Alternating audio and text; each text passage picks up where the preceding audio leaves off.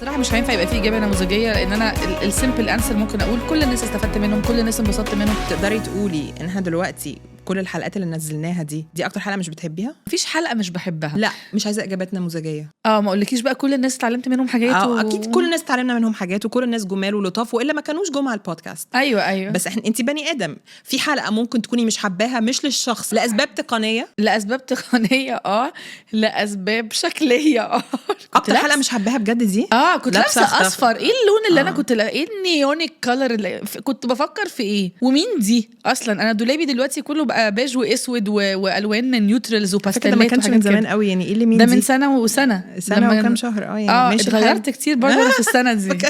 هو ديفينتلي ما علينا، حصل ستايل شيفت. بس لا، هو انا في اليوم ده وانا بتفرج على الحلقه دي دلوقتي بقعد اقول كنت بتفكري في ايه اللون ده؟ يعني ايه اللون اللي وبعدين بقى كنا عاملينها فيرتشوال. انا حاسه ان انا بصي الحلقه دي خلاص نسيبها وكل الناس هترجع تتفرج عليها عشان تشوف انا بعمل ايه. هنعمل احلى هنحط لهم حته منها دلوقتي عشان يشوفوا احنا بنرفرنس ايه بالظبط. بس معلش، بما اننا دخلنا في كليشيه شويه، قولي لي اكتر حلقه حسيتي واو انا على الحلقه دي لو اقدر احطها في برواز هحطها في برواز. تامر والولاد بجد. ذاتس سو كيوت. بدي اجابه نموذجيه. لا، تامر والولاد بالعكس، دي مش اجابه نموذجيه، ده ضيوف كتير قوي هيزعلوا مني. لا مش هيزعلوا. طب اديني اجابه، اديني بلاش مش حلقه، بني ادم انت تعرفتي عليه اكتر اكشلي، مش بس كضيف، كبني ادم من خلال البودكاست، ويو ار جريتفul ان انت تعرفتي عليه والحلقه دي بالنسبه لك سبيشال.